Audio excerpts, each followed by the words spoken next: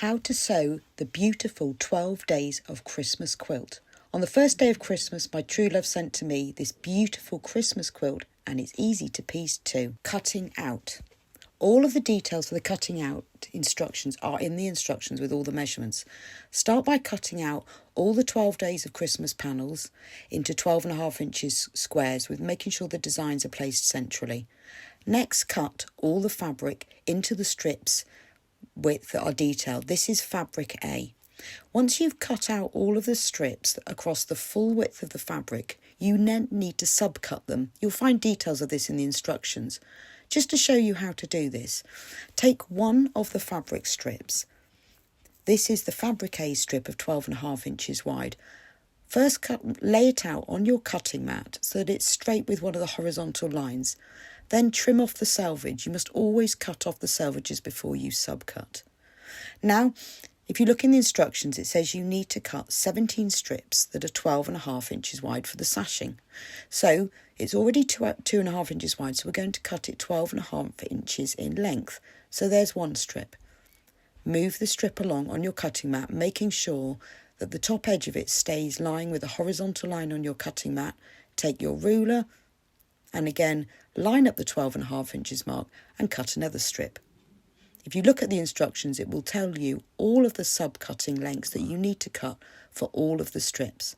So once you've cut your strips, sub-cut them as follows, and you'll see all the details. Double check each time that you're cutting them exactly the right length, and then your piecing will be so much simpler later. You will have some little pieces at the ends left over that you can just add to your own stash. So these are all the fabric A strips. Once you've cut them out, label them. I've clipped mine with just handwritten labels on the top. For some of the strips, like the outer borders, they're longer than the full fabric width. So the instructions tell you how to join an extra strip of fabric to it and then cut them to the right length. But this is all detailed, so do this before you assemble the quilt, and then all of your pieces are exactly the right length. So those are all the fabric A pieces. Then cut all of the fabric B pieces and all of the fabric C pieces, and then you will be ready to assemble your quilt. Making the sashing strips. The sashing strips make small stars once joined together. To make the single end sashing, take one fabric A sashing strip and 2 sashing star point squares.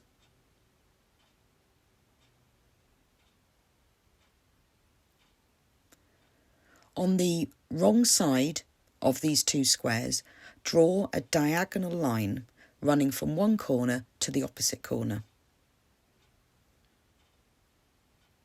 I've used a heat erasable pen for this, but you can just use a pencil if you draw it lightly. Now take your sashing strip and place one of the sashing star point squares in the top left-hand corner. So the diagonal line runs from the bottom left to the top right, and pin that into place. Now sew the 2 pieces together along the drawn diagonal line. Once that's done, take out the pins, and before you do any cutting, fold the corner of that square so it meets the top left corner. Then open it up and trim the seam allowance to about 1/4 inch.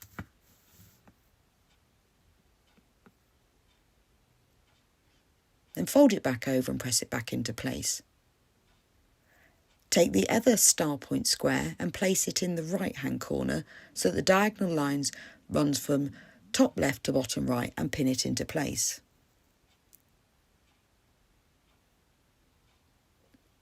Now sew together along that drawn diagonal line. Remove the pins and before you trim the seam allowance, fold the corner over to the opposite corner and press. You'll get a much neater finish like this. Then just open it up, trim the seam allowance and press it back into place. This completes one single end sashing. Now repeat this process to make 10 single end sashing strips in total. And put these to one side. You now need to make the double end sashing, and you have to make 7 of these. To do this, take 1 sashing strip and 4 sashing star point squares. These are joined on in exactly the same way as you did with a single end. So sew 1 square in place, then the other, and then at the other end of the sashing strip this time, sew 1 square in place and then the other. Cut, press and trim them in the same way as you did the single end sashing, and repeat this so that you have 7 double end sashing strips in total. And then put these to one side. You'll use these when you're assembling the quilt. Making the rows. Lay out the 12 panels in order so that you have 4 rows with 3 panels in each row. This is the first row with panels 1, 2 and 3. The rows are joined together with sashing strips, some with single end sashing and some with double end. The instructions tell you where. For the first row, you need to join single end sashing between 1 and 2 and 2 and 3, making sure the star points face downwards. Pin one piece of sashing, right sides facing, to the block and sew together, and then pin the other side of the sashing, right sides facing, to the next block and sew together until you've made the whole row. So this is row 1 complete. For row 2, which has panels 4, 5 and 6 in it, these are joined together with double end sashing, as you can see from here. Row 3 is the same. It is joined together with double end sashing. This has got 7, 8 and 9 on it. You can see this double end sashing is joining them together. And with row 4, this is joined with single end sashing, but this time the star points need to be facing upwards at the top. Press the seams towards the sashing when you've finished. Joining the rows. The rows are joined together with single end sashing, double end sashing and sashing star centres. These are assembled first into horizontal rows. Press the seams towards the star points. That makes 1 horizontal row. You need to make 3 horizontal rows in total, and they are all exactly the same. As you can see from here, you can see the order that these are joined in. Now to join all the rows together, first take row 1 and lay that down flat and place 1 horizontal row below it. Join the horizontal row right sides facing to the bottom of the joined row 1.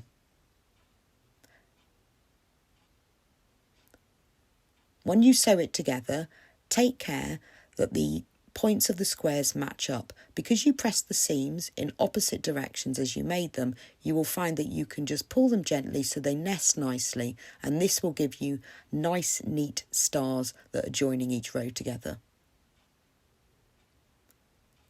Once you've joined that horizontal row to the bottom of row 1, now join the bottom of the horizontal row to the top of row 2. And you can see how stars are beginning to form. Repeat that down the quilt.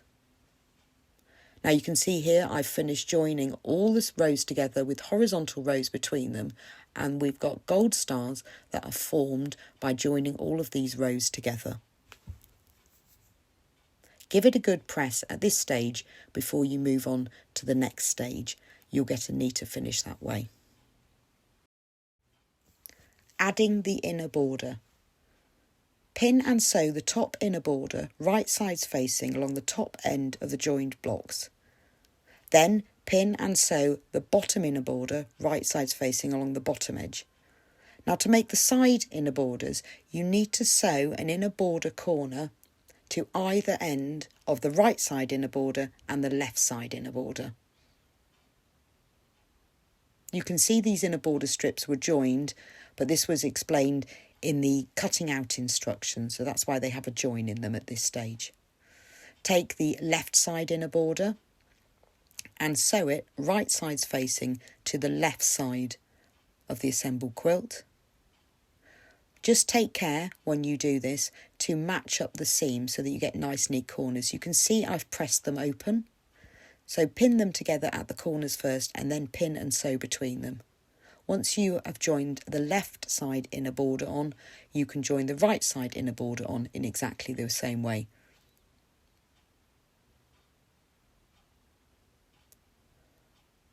Once you've done that, the inner borders are joined. I have pressed all the seams open because this just gives a flatter finish at this stage.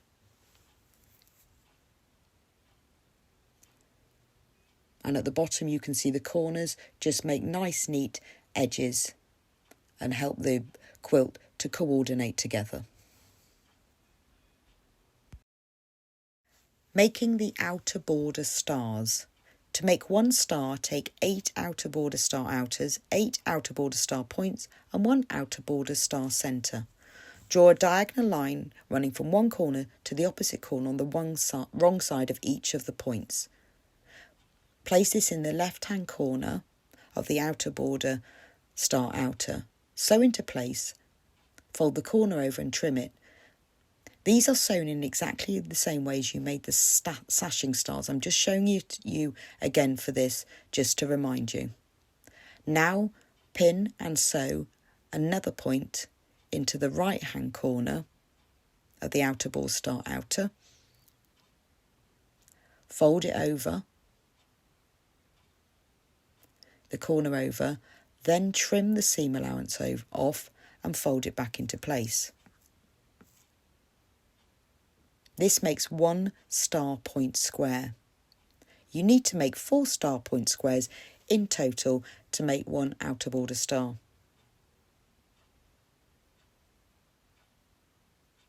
Now to make the centre panel, sew 1 star point square to the top of the outer border star centre and 1 below. This makes the central section of the star. The side sections are made in exactly the same way.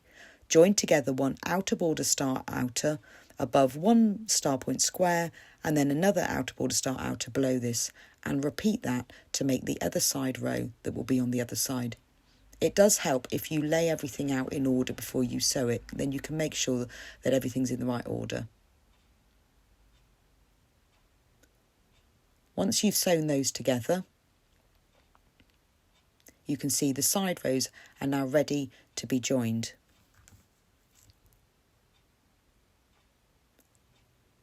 If you press the seam allowances in the centre one towards the centre and the side rows towards the outer, then it will make it easier to nest the points together.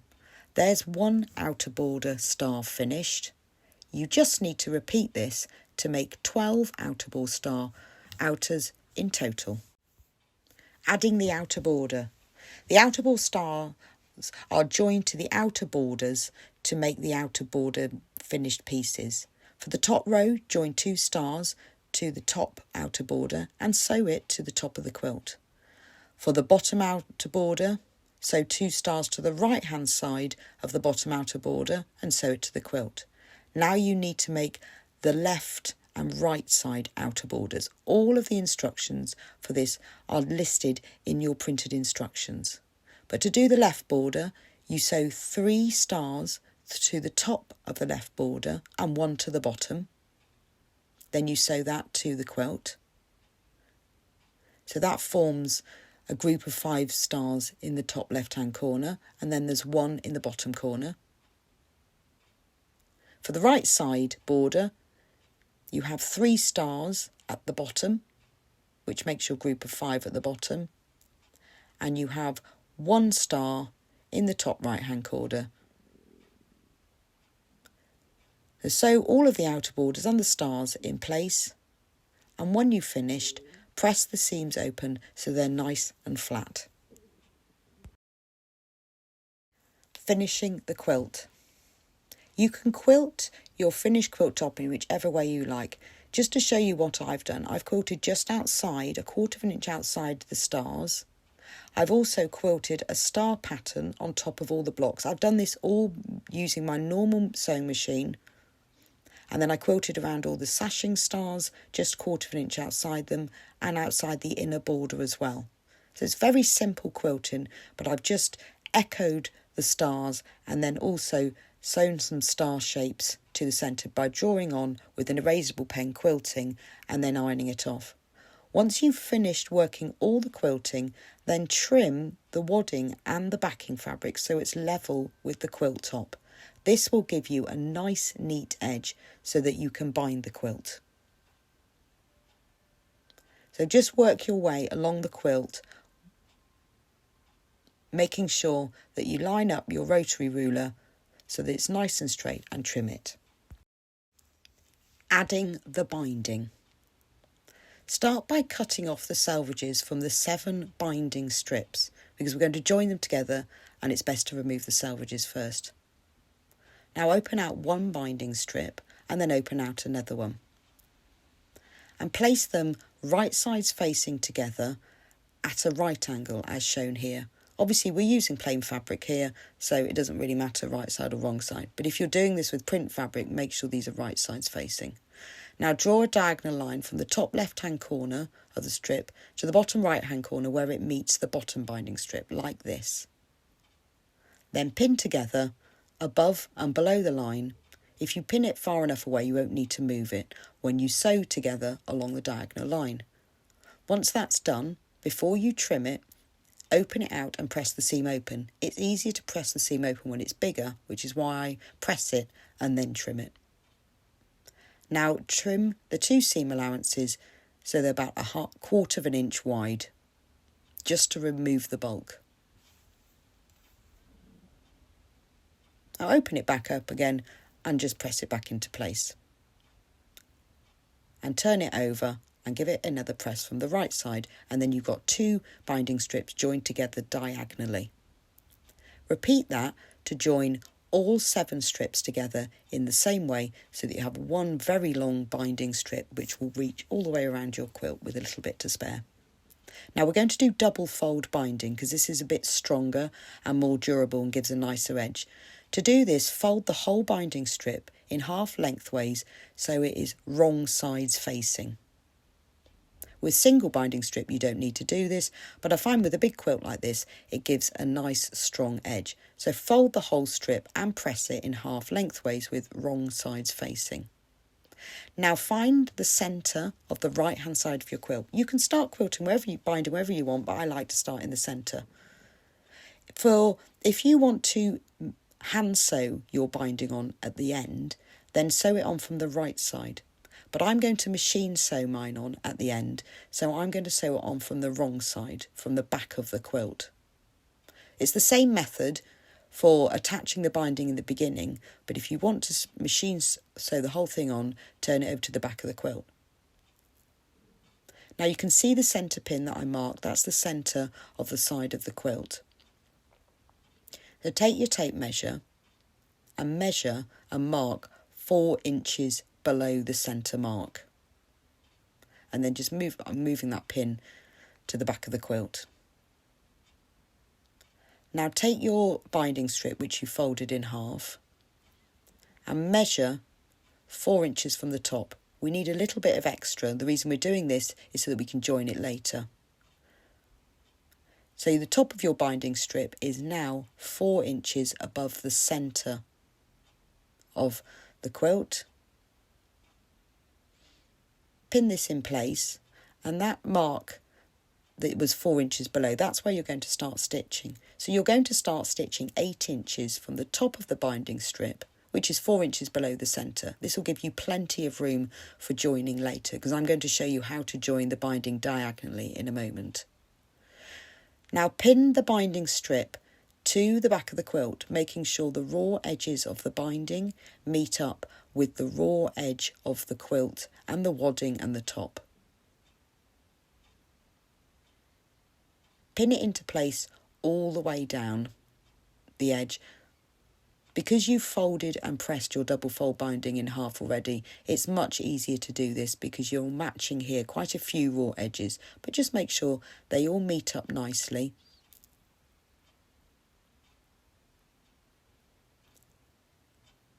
And pin it into place all the way down. It's worth taking the time to pin it before you sew because you've got quite a few layers to get through. Now when you reach the bottom, put some more pins in and pin this bottom edge straight on the left hand side to hold it in place. Now take a pen or a pencil and just mark where the bottom right hand corner of the quilt meets the binding. Now measure 1/4 of an inch above this and measure 1/4 of an inch on that line and mark it with the dot. And then draw a line so you're running diagonally from that dot to the bottom right hand corner. You're going to sew together all the way along and along that diagonal line. Once you've done that, you can see the straight line of stitching and that diagonal line. This is going to make a nice mitered corner to your binding. So take the binding strip and fold it upwards so it runs parallel with the edge of the quilt and press it. If you pin that into place now, it keeps it nice and still so you'll get a neater finish. Now fold the whole binding strip down so that the fold lies level with the top edge and press. And then pin that into place. Now pin the binding strip all the way down the side, matching all the raw edges in exactly the same way as you did when you joined the first edge. And sew it in place, starting right at the top, all the way down to the bottom corner, mitering the next corner as you go. Continue doing that, mitering all 4 corners until you get to 8 inches above the centre pin again. Now, we're going to do some diagonal joining. So at the centre mark, take a ruler and draw across your binding. This is your starting edge of binding. And trim it off. Then you've got a nice straight edge for joining. Now the top one needs to be longer than the bottom one because you're going to join them together. So to get them to exactly the right length, lay the other end on top so it's nice and straight. And mark where it meets exactly with the cut edge of the bottom point. Can you see from there? Now you need to cut this longer than the other end to the same width as the binding. So if you take a piece of binding, you will have some left over. Open it out. It's got to be the whole piece, not the folded over. Open it out. Lay that on top and mark that below. This technique you can then use for any binding. Always cut the top piece longer to the same width as the binding. And draw a straight line across the binding, which will be your cutting line.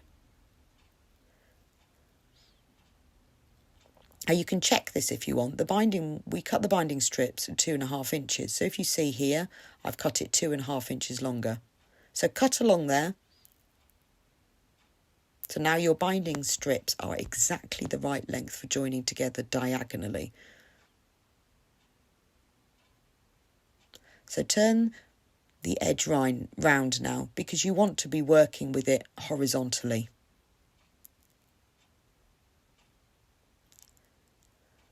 So open out the binding. It needs to be a single layer when you join it together. And place the top edge, so the finishing edge, right sides facing with the bottom binding, so that's the end you started with. And place them right sides facing at a right angle in exactly the same way as you joined the binding strips at the beginning. And we're going to join them together in exactly the same way as you joined them at the beginning. So pin them together so they're at right angles and right sides facing.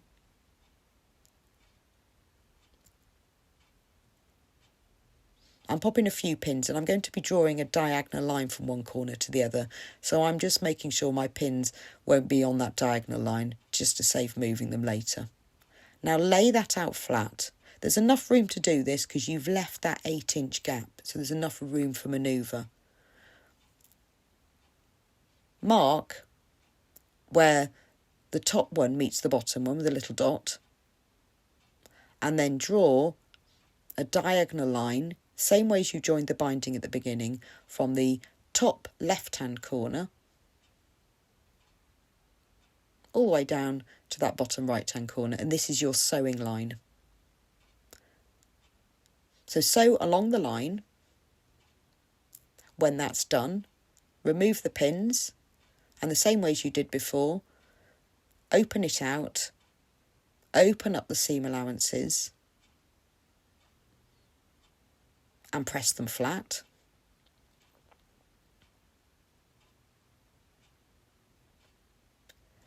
Then trim the seam allowances just like you did before. About 1/4 of an inch width is okay, just to remove the bulk.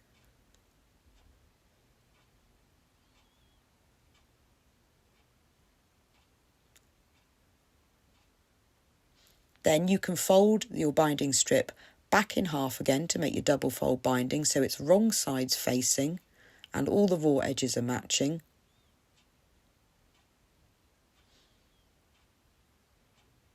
And then pin that back to the quilt again. It is worth giving it a press to make it into the double fold binding again. You'll just get a neater finish.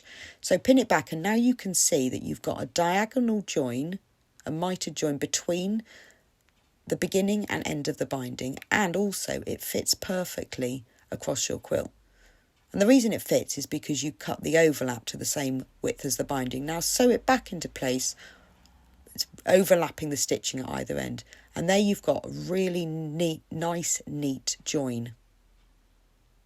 Now, because I want to machine top stitch my binding in place, that's why I've joined it to the back of the quilt. If you want to slip stitch it into place by hand, you will have joined it to the front of the quilt, and you'll just do this in the opposite direction by folding the binding over to the back. But this way, you will get a neater finish by doing it this way. Fold the binding, and you've got a nice folded edges, so there's no turning under to do. Fold it so it just overlaps that line of machine stitching. The binding has been cut to slightly wider than you need, which means it will overlap neatly, taking into account the bulk of the quilt. So in order to mitre the corners when you reach them, it's easier if you fold over one edge, then go to the top and fold over the other edge. Because if you've pinned either side of the corner, it's easier to get the corner to lie nice and neat.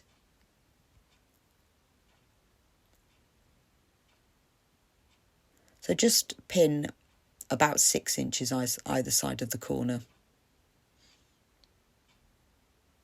Now to get the nice mitered corner, this is really easy because you've done that diagonal sewing. So fold one side, fold it all the way to the top, and then fold it back over, and it will naturally form a nice mitered corner because of that diagonal line of stitching you did when you joined the binding on. So pin the corner into place. I always put an extra pin here to hold that. And if you look on the back, that's formed a mitered corner as well. Now continue doing this all the way around the quilt, folding the binding over so it just overlaps the line of machine stitching. Then you can top stitch it in place all the way round. Top stitch it close to the edge, and this is really easy to do because you're working from the front of the quilt all the time, and you'll get a neater finish than top stitching from the back. And that's it. Your quilt's finished.